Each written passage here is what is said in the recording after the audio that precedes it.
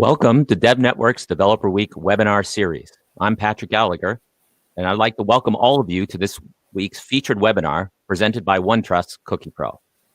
CookiePro is a regular sponsor of Developer Week events and is the most mature and trusted cookie consent tool that is purpose-built for compliance with GDPR, ePrivacy, and the IAB framework.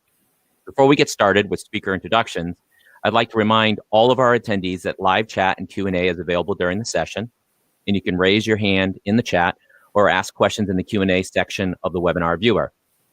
Patrick, our speaker, will address your questions at the end of the presentation. There's already a chat question in there about what is your favorite type of cookie. Make sure you add in your information now.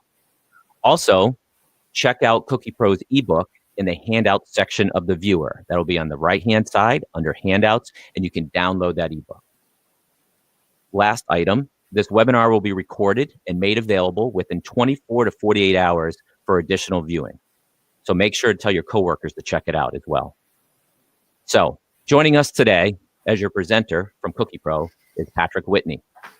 Patrick leads OneTrust's cookie product team, and Patrick is a certified information privacy professional after earning a bachelor's degree in civil engineering from Georgia Tech and a master's degree in management, technology, and entrepreneurship from the Swiss Federal Institute of Technology at Lausanne, Switzerland.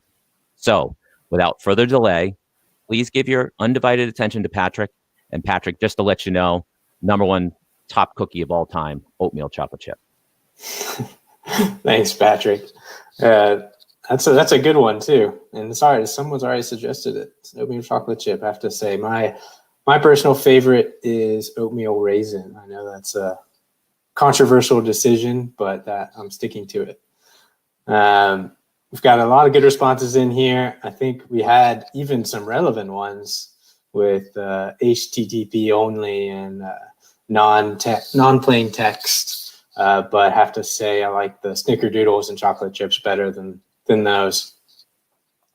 So really appreciate being here today and kind of talking about cookies, the web type of cookies, unfortunately. But I think it's important, and we've got new regulations coming in, and we wanted to have this webinar to kind of talk about the latest guidance, and then also some of the things we as OneTrust and CookiePro are seeing kind of in the industry. So there's a picture of me. You probably already have a video coming up, so I'll skip over that one. But as in terms of the agenda today, first thing I want to talk about are just kind of some of the challenges that will be associated with, regarding cookie compliance.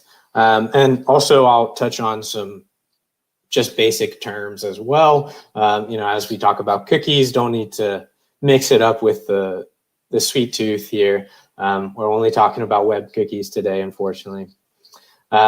Next, I'll touch on and talk through the sort of latest guidance that we have from some of the different regulators out there in Europe, and then as well talk through CCPA here in the US. And then finally, in the cookies in practice, what we'll do is kind of look through what we see in practice throughout the industry, in terms of how people are implementing cookie banners and cookie compliance. And then also I'll talk about how it works in the publishers and advertising landscape, and walk through IAB and the new TCF 2.0 framework that is coming out. And then I'll give some examples of good, bad, and ugly cookie banners. So just giving examples of sort of a good one, a kind of great one, and maybe a bad example as well. And then finally, we'll just touch on how this all relates as well to the mobile app market, and then we'll open up to Q&A at the end.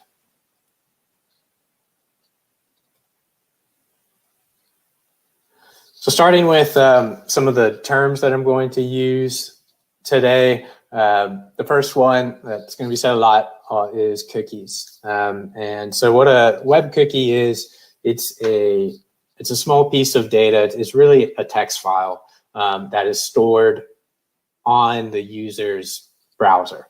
And so it's just really a piece of information, and it's a way of storing information over time on a browser. There's multiple uses for cookies. It could be, kind of necessary uses such as login cookies or saving languages. But then there's also cookies that are associated with tracking that can be used to track users' experience across the website and potentially between websites as well, for targeted advertisements and other things like that. And the other option I do want to talk about is when we talk about cookies, really what we're talking about is sort of tracking of the user. So when cookie guidance comes out from the different regulations, a lot of times we see that while cookie is the sort of mainstream term to use, this guidance usually includes similar technologies as well, such as local storage, session storage, web beacons. I'll get into a little bit of those in a second as well. And then finally, one term I'll be using extensively here is consent. And consent is a legally defined term in GDPR, the General Data Protection Regulation in the European Union. And it must be freely given, specific, informed, unambiguous consent for the consent to be considered valid.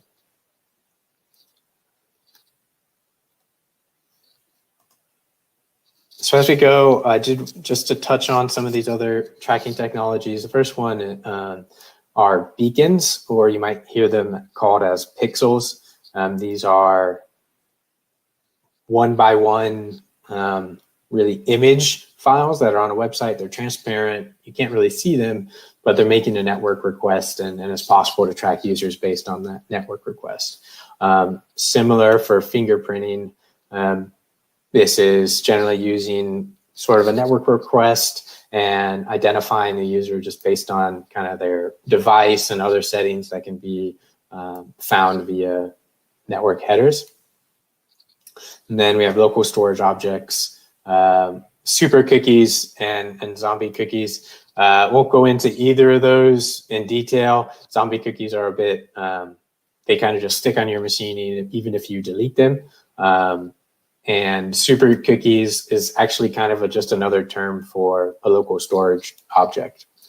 Again, the reason why I wanted to bring up these other tracking technologies is because when we talk about cookies, we really are talking about all types of tracking technologies, and the regulations that apply to cookies do also apply to these other tracking technologies. And I know that's a lot of kind of information all at once, and there's going to be a lot of information. So we do have a Q&A section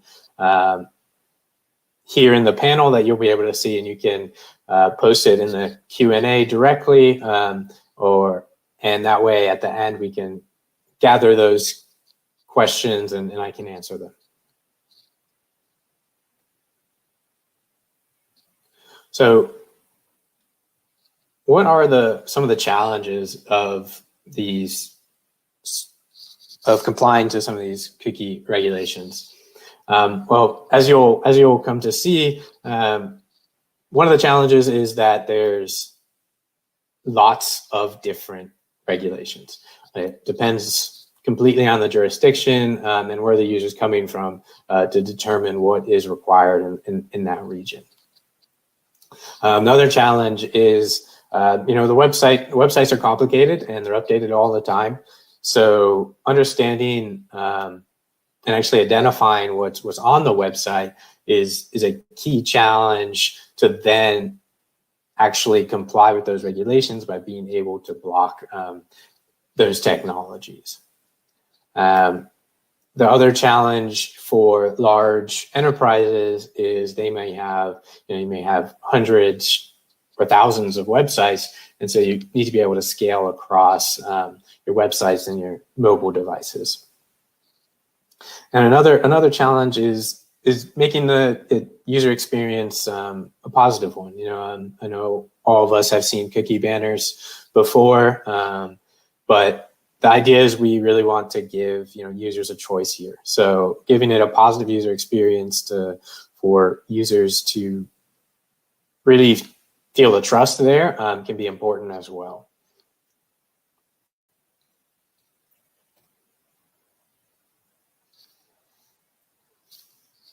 So the first thing, before I get into some of this latest cookie guidance for the different regulations,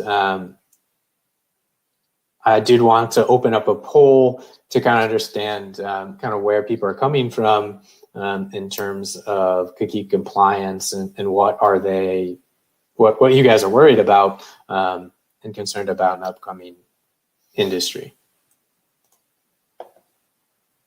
So you should have seen a poll come up on your screen, and that's asking you, what regulation are you most focused on compliance with? And to give some more background, CCPA, that is the California Consumer Protection Act. So that's the US-based regulation specific to California. Then we have GDPR, that's the General Data Privacy Regulation, and that's in the European Union. And we have LGPD, so that is the privacy regulation within Brazil. So that's a new one coming up, so that's why we put it in here. And then there's also regulations popping up around the globe as well. So we've got some good responses here. It looks like we got, the majority are kind of worried about GDPR, concerned about GDPR, and CCPA, which is understandable. Those are the most recent ones, and obviously GDPR is far-reaching in terms of its scope. All right.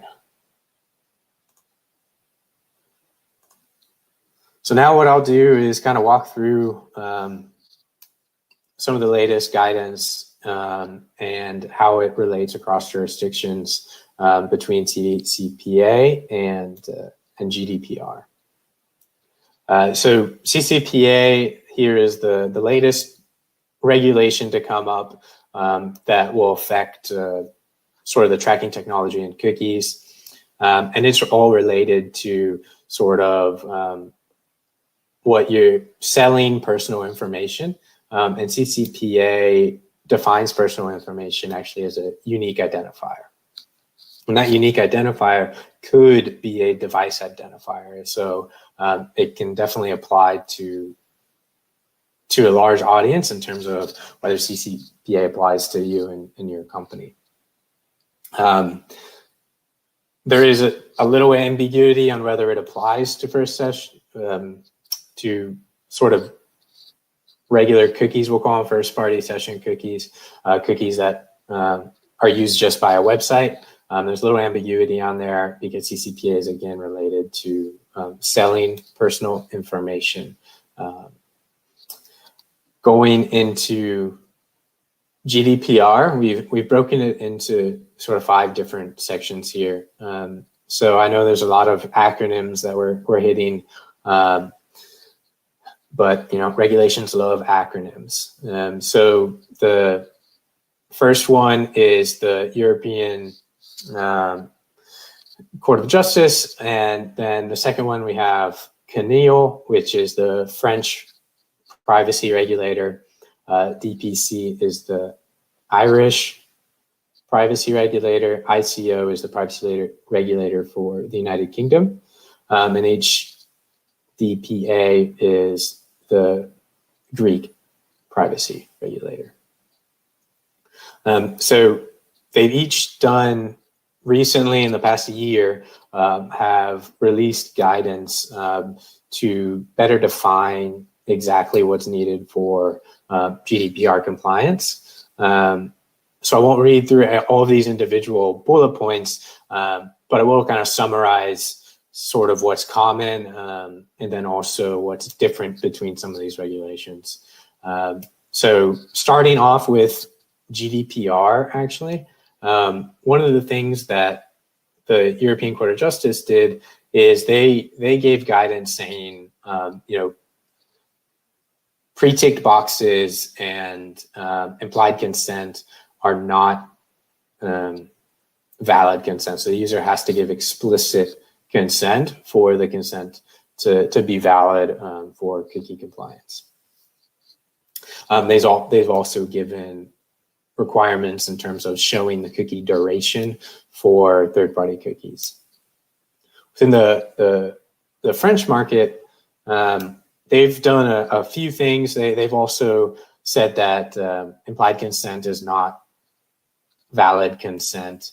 But one of the different unique aspects that they gave in their guidance was that analytics cookies, so these are cookies that are used for tracking sort of user interaction on your website, no consent is necessarily required there.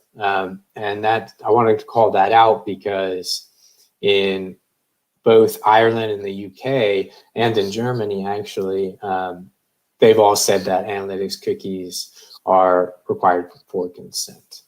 So I just want to call that out there as well. And then getting into Ireland and the UK, for Ireland, one specific call out that they gave was that if there is a cookie banner on the page and there is a link to the cookie privacy policy, then the users should be able to actually go to the page without having to accept any sort of consent-based cookies. They also outlined accessibility, so guidelines for the visually impaired to make sure that the cookie banners and the consent is accessible for all users. The ICO, along with all of the regulators here, so in the UK, was pretty strict in saying that cookie walls are not compliant. So a cookie wall is the term is used when before you're entering a website, you actually have to consent to cookies. Otherwise, you are either redirected or you can't enter the website, or you have different functionality because you did not consent to cookies. So ICO, and that was common across the board, was pretty clear that these cookie laws are unlikely to be compliant. For the Greece privacy regulator, one of the common themes that we saw was that reject all as an option within the banner is needed. And it was called out that it needs to make sure that it's as easy to do as accepting. So making sure to have both buttons there as well is an important part of compliance within GDPR. Finally, moving over to CCPA. So we've talked a little bit about sort of the GDPR aspect. So the European Union, they're very clear on consent, but in CCPA, what the regulation more focuses on, as I was mentioning before, is actually not selling personal information. And there is no specific guidance related to cookies. That being said, advertisers that are tracking and using cookies to track users' information and then selling that information can fall into scope with CCPA. Thus, CCPA has come into scope in terms of opting out of third-party cookies, where those third-party cookies or third-party vendors are actually selling information. Then there would have to be the option given to the user to opt out of those cookies and opt out of selling of the personal information. In CCPA, as we'll go in a little more in the next section, is we mostly are seeing sort of cookies dropping initially on the page and everything being active before a user then could go and opt out of the cookies and selling personal information. All right, so I know that was kind of a lot of information, and going through regulations is not easy, and there's lots of different guidance out there. So feel free, if you do have questions, feel free to add them into the Q&A. And I definitely want to get to them to make sure I can answer some of your questions on these regulations.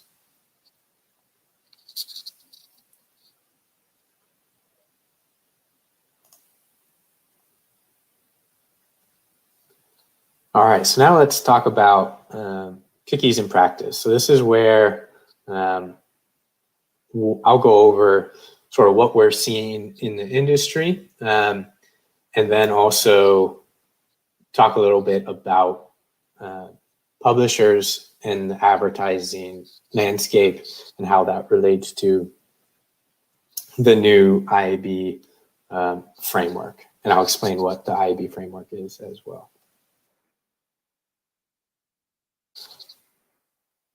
So cookie approaches in practice, there's basically what we call as consent models. There's 4 different consent models that we see in practice. We have notice only. So this is kind of more of a typical cookie banner that you might see in the US, where it's just notifying the user of cookies, but the user doesn't have a choice. It's just a notification. There's the opt-out consent model. This is where all cookies are dropped and are active on the user's device. Initially on the website, there is still a cookie banner, but then the user can go in and opt out of different categories of cookies. Next, we have implied consent.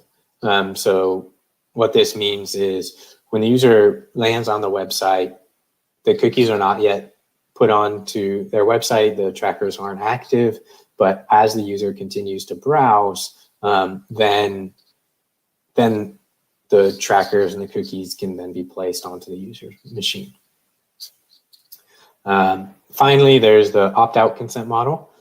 This one is where a user comes onto the website, they see the cookie banner, but no cookies are dropped until that user has actually given consent to cookies to be dropped on their machine. So how do these relate to the different frameworks and regulations that we've talked about so far? So the notice only consent model, that consent model is something we've seen here in the US very commonly. I'm sure if you're based in the US, you've seen something similar where you don't really have an option, but there's cookies that will be dropped on the website. And that it can still be valid in many jurisdictions and outside of California, potentially throughout the US, it can be valid as well. Now, an opt-out consent model, that is what we generally see companies using when complying with CCPA. And the reason for that is when a company uses advertisements or collecting data that could be sold to advertisers, then they need to give their customers an ability to opt out of the sale of that personal data. And so that's where the opt-out consent model comes from, is opting out of those cookies, which equates to opting out of sale of the personal data. Implied consent. So implied consent, we have seen used initially when GDPR was originally implemented. That was a relatively common consent model. However, with the new guidance that's come out and what I've talked through before, we're seeing that less and less. The guidance has been pretty clear in saying that explicit action needs to be given for the consent to be valid. So instead, what we've seen we've seen a shift in GDPR areas towards the opt-in consent model. So just your cookie banner comes up, and until the user accepts cookies, then no trackers are placed on the user's machine or fired on the website. So that's what we've seen in practice. And as you can see, there's lots of different options out there, really. And the consent model that works for you also kind of depends on where your users are coming from and if you're focused toward that user base. So you need to understand, okay, for the EU users, maybe we need that opt-in consent model that we're speaking about. For your US users, potentially we could have maybe a notice only banner, or if you have California users, then you should have that opt-out consent model. And then around the globe, what's coming up in Latin America is looking to be more like an opt-out consent model in the Latin American region and South America. And then in Asia, some of the regulations coming out, specifically Thailand,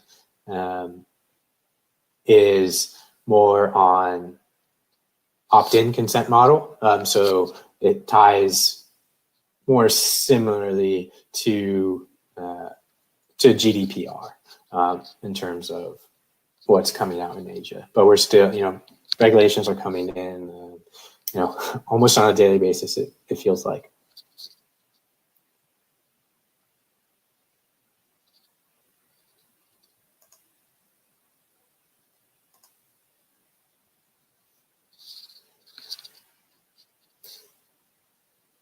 All right.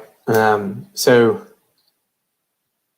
in terms of cookies best practices and kind of summarizing some of the things that we've seen in practice, is there's a few different points that need to be done.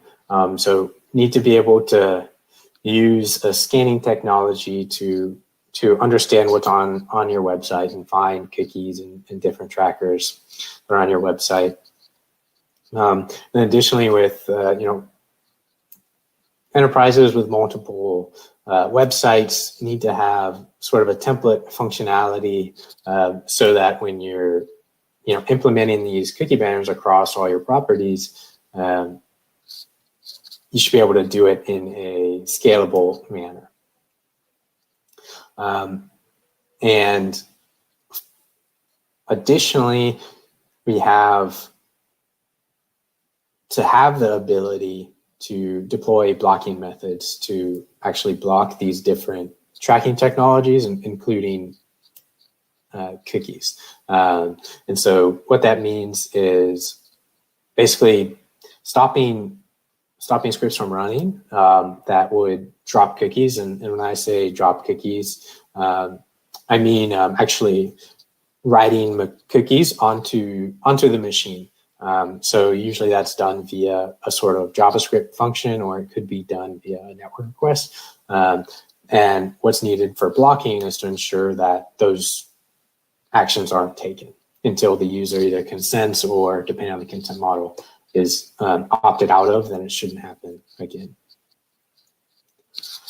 And then as you're managing, multiple websites, and as the website is, evolving, things are going to change on your website. So ensuring that the cookie solution that you use is able to keep up with those changes and actively monitor and make updates, so that you're, continually making sure you're compliant, and then also making sure that that cookie solution is, keeping track of what's going on around the world and around the globe for the new regulations.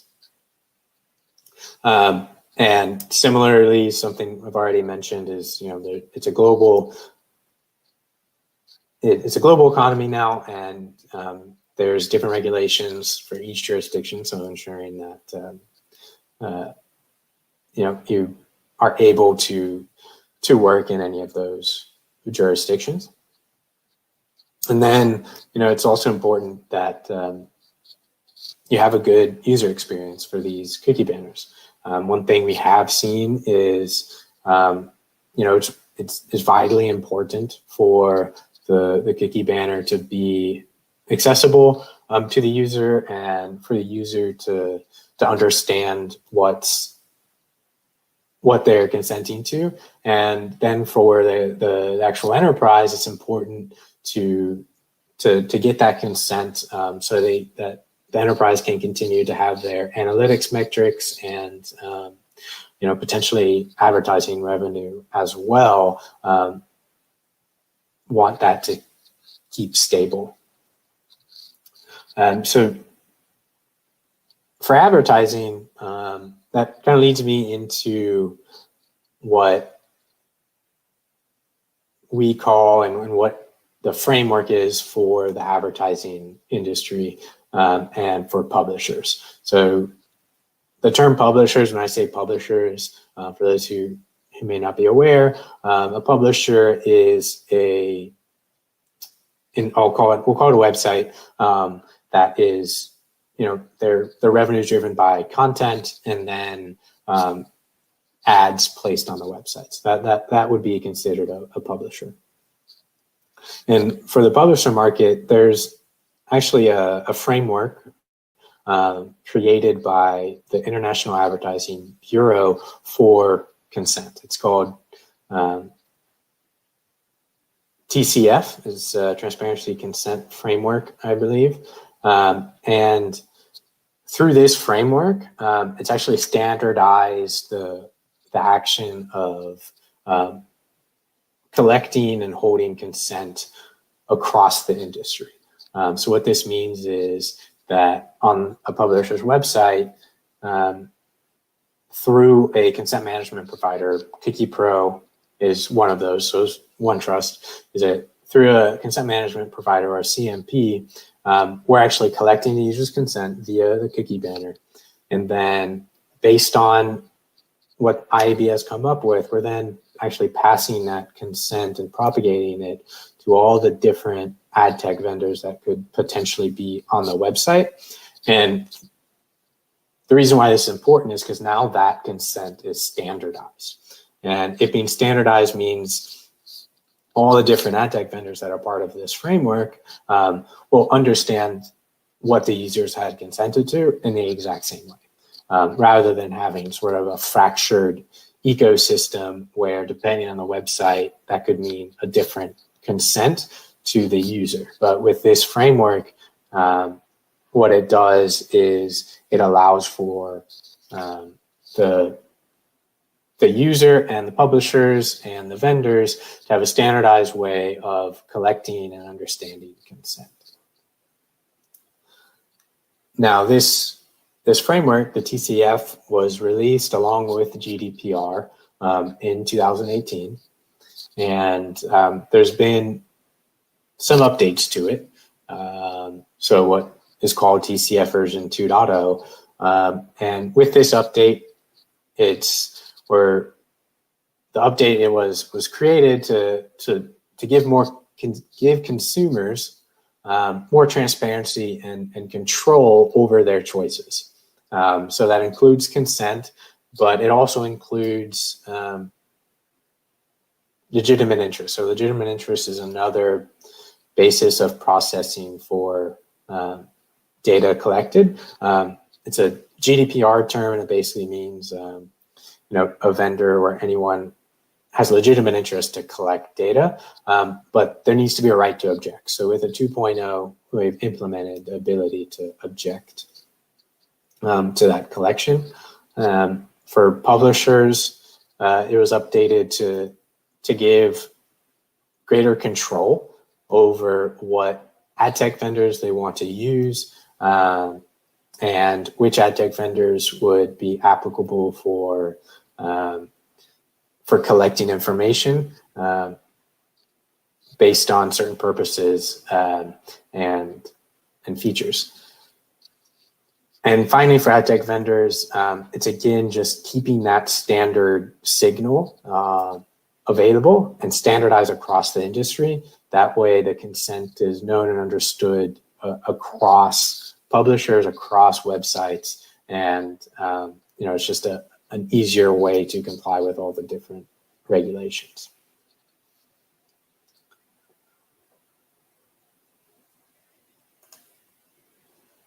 And I'll go quickly through kind of the timeline for any publishers on the call. So we've already passed sort of the initial period to begin moving over to the TCF 2.0. And coming up on May 31st, all vendors are expected to support TCF 2.0, the new version. And then between March 31st and June 29th is the transition period for CMP, so consent management platforms like OneTrust or CookiePro, and publishers to fully deploy and make available the new 2.0 framework. And on July 30th, the old framework will be no longer supported. And that's a strict end date, and they will completely remove support for that framework. All right. So now to the fun stuff. But before that, I did want to ask another poll. Let me see. Here we go.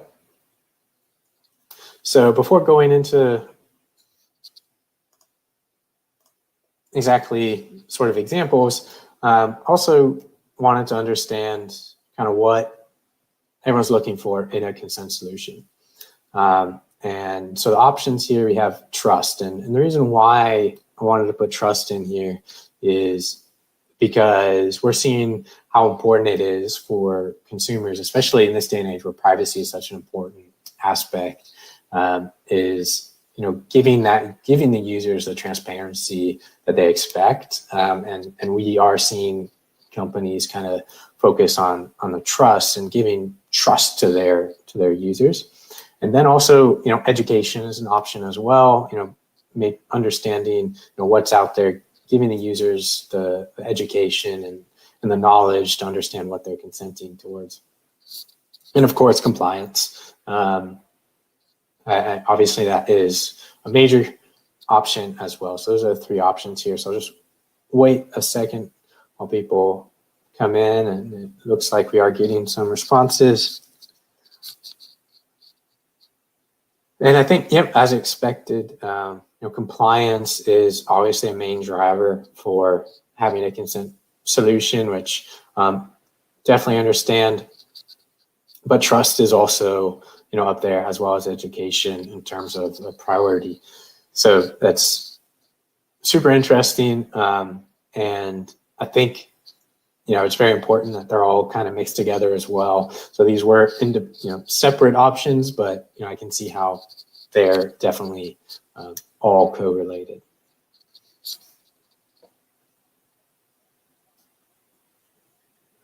All right. Let's look at an example of specifically in the GDPR sense. Let's look at an example of a cookie banner that may not well, in the GDPR sense, based on the guidance that we've had from the different regulators, this won't work, and that is simple banner, and it just says accept, and it says by using this website, so it's implied consent as well, and just clicking accept. This banner would, in the GDPR context, that wouldn't really work, and it's more just a notification to the user. And if you notice, the branding doesn't necessarily match the rest of the website. So it's really just a compliance there. A good example on a similar website, and again, within the GDPR aspect, is we have a sort of notification kind of in the corner that tells users more about what they're actually consenting to, and you're actually giving them options of accepting and rejecting. So you're giving them those two binary options initially, and then you're also giving them that additional cookie settings option as well. You also notice that this one actually matches the branding on the website, which is just another little thing to make the cookie banner a little more user-friendly. And then we're clicking cookie settings, so you're actually giving the user sort of granular control over their options. So it's not just accept or reject. They could actually come in here and only potentially accept for certain categories of cookies. Maybe they just are okay with analytics or performance type cookies and not targeting cookies. And finally, again, with the GDPR stance, there's also additional information on each individual cookie. So, you know, what the cookie is, who's it's hosted by, the duration of the cookie, and a description of the cookie as well. So just again, it's about informing the user and, you know, educating the user as well to make sure that they're know what they're consenting to. Then the last example I want to give is more on the fun side, I'll say. It's about making it a little bit of a better user experience for the user, for the end user. So these are just examples of cookie banners that might kind of look cool and grab the attention of the user, and could be used across contexts.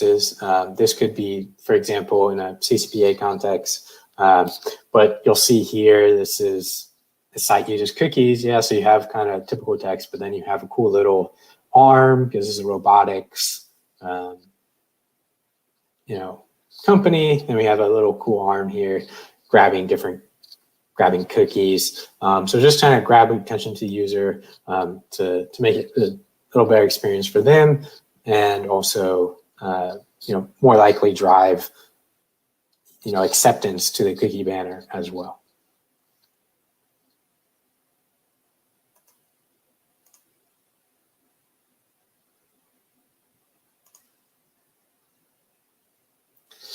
And then here, this is more of an example for what we call a preference center. So when you actually click cookie settings, this is a, you know, maybe a coffee website, but again, just matching the branding and the, you know, with the branding of the website, what they're doing with a cookie banner to just grab a little more attention to the user, make it a little more fun experience. And, you know, glass. So this is a coffee cup, different types of coffee, whether it's light, you know, dark, roast, you know, filling up your coffee mug, just to make it a cool example for users, and, you know, allow them to come in here and, you know, be able to read more about it. It comes back into that education and, you know, building that trust with the user. All right. I'll quickly talk through some mobile. I know we're running out of time here, but we can't forget mobile devices. It's an enormous market, and basically a lot of these regulations will also apply for mobile. And marketplaces like Apple will probably be expecting privacy by design. That's what PBD stands for, is privacy by design, when submitting applications. So having these consent built in, either through a full screen overlay, just-in-time consent, so asking for location access when it's needed, rather than just immediately within opening the application, and then finally giving them the ability to opt out at any point within the application. So now I'll also quickly go through sort of the kind of plug here and talk about how CookiePro can help with this compliance. So we have we can work with websites, mobile apps, and go into consumer data subject requests related with CCPA and GDPR. We have templates built in. We have geolocation detection built in, where you can have different banners based on geolocation. So whether that's a CCPA banner or do not sell situation in California, and then on the same website, a user comes in via France and needs to see a GDPR opt-in solution, we can do that as well and make that scalable across websites. We have a scanner to scan your website, determine what's actually on your website in the first place, and same with a mobile app scanner to determine what sort of SDKs are in your mobile application.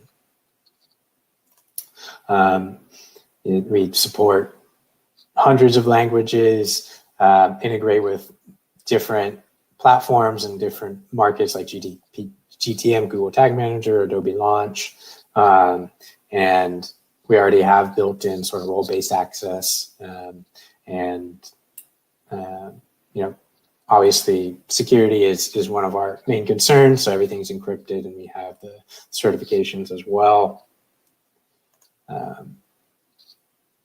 And I'll skip over these last two slides. I know we're running out of time. I want to leave some time for questions. And before we get into questions, since there's a CookiePro, we do want to offer your first month free with CookiePro. So should see an offer come up on your screen, and you can use the Go Dev Week 2020 on CookiePro.com. And I'll give you your first month free at the enterprise edition level, so including all the features and unlimited support there. Patrick, thank you very much for that. Just want a reminder to everybody to take a look at that offer for Dev Week 2020. And you can use that, Patrick, correct, on your website for a free month's use of your system, correct? That's correct. All right, terrific. So let's go right on to Q&A. We do have time left for Q&A, and there's several great questions. First one is from Kevin Morris. How do you know which law guidelines which guidelines you need to abide by? That is, if you live in California, when you put up a website in Greece, how would you be following Greece's guideline, both, or California? So really just trying to kind of an understanding there. Yeah, no, that's a great question. Thanks, Kevin. So there's as I'm sure you expect, there's a lot of nuances to that question. And it definitely will depend on your situation. But in general, what we see is it all depends on where are you trying to get your users from. So if you live in California, have a website, are you targeting just Californians? But then someone from Greece can go to your website because it's the internet. Then you might not need to actually comply with the Greece guidelines because you're not actively targeting European Union residents, and you're really specifically targeting people from California. So it does depend a lot on how you're targeting your target audience rather than just anyone who visits your website. Great. And I know that you guys have an ebook that's available in handouts. Does the ebook cover any of this, Patrick, or is there some contact information that maybe we can make available to the people doing the session who they could ask additional questions? Yeah, I think the best resource will probably be our CookiePro.com blog.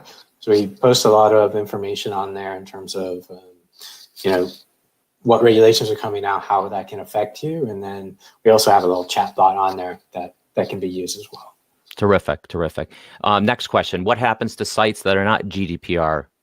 Ulrich is saying since he sees a lot, or he or she sees a lot of sites that are only partially to non-compliant, what happens when they're not GDPR compliant? Yeah, so that's a great question. And that will kind of mix in with the first question. It does depend on whether that site is targeting users in the European Union, whether they need to be GDPR compliant or not. If they are and they're not compliant, well, they run a risk of being, getting an action towards them from one of the data privacy organizations from a country. So that could mean fines. It could mean a warning. It kind of depends on what the website is, and I'm sure what the regulator is looking at as well. Great. Another question from Lynthia. Which website or app could be exemplary or a well-made case study following the GDPR and CCPA compliance? That's a great question. So I know that should be in the handout. There might be a good case study in there that can give an example. Off the top of my head, I just actually was thinking of an app example, and this is more on the user experience and education side that I think is a great example. But Bose actually has a great example where when you turn on Bluetooth and they need to use Bluetooth, it comes up that they request for your location. And the reason for that is actually Bluetooth needs just the technology itself and how it works with the mobile device. It needs the user's location. But as many users might not understand that and might be curious why Bose is asking for their location. Bose comes up with a modal that explains why they're asking for your location when they're also asking just for Bluetooth. Got it. And would there be additional information, maybe case studies, either in the handout, and folks that are here, that are on and listening, as we noted before, there are handouts available in the right-hand side of the web viewer at the top. It says handouts. Click on that. You can download the ebook, but also in the blog as well. Could there be a request made through the blog to ask for about some exemplary case studies that people could take a look at? Yeah, definitely. And then on the websites, we have example customers as well. Terrific. Yep. Next question. Does clearing browser cookies, like when one clears browsing history and cookies, really actually remove those cookies? That's a great question. A little skepticism I see. Yeah, it really does. It really does remove those cookies. Yeah, your cookies are actually deleted when you go and clear your browsing history or clearing browser cookies. Those cookies are deleted from your machine. Terrific. I've got 3 more questions that have been given. What is meant by drop cookies? Yeah, that's a great question, Ken. And I apologize if I was using that term a little too frequently. It does mean adding cookies onto the user's website. This is again via JavaScript or potentially a network call, but that's what dropping cookies means. It's really putting cookies onto the user's cookies. Got it. Okay. Yeah. And actually, the next question was a summary or address that same question. So our last question would be from Mike. So if compliance depends on the geo of the user, do you not need to worry about compliance in China? Yeah, that's a great question, Mike. It would again depend on if your website is targeting a Chinese audience. But it also depends. China's a unique use case, I think. So I don't have a specific answer for that, and it would depend on kind of how users are accessing your website in China. Okay. Well, that wraps up our Q&A part of the webinar. I just wanted to make sure everybody was aware to make sure before we shut down the webinar that you go to the handout section and you download the ebook. This session has been recorded, and an email will be sent out to you within the next 24 to 48 hours, which will give you a link where you can watch this webinar again, and also additional links for information as it relates to that ebook. So that's number one. And I wanted to thank Patrick, you, and as well as OneTrust CookiePro for your sponsorship of today's online learning session. And the recording of this webinar will be available and made available at devnetwork.com as well. We have an archive of past online learning webinars for you to check out. Please make sure you go to devnetwork.com and click on events, and you'll be able to see that. And Patrick, thank you very much for your time today on the very informative session on cookies. And I want to thank you all for participating. Have a great and safe day. Thanks, Patrick. Happy to be here.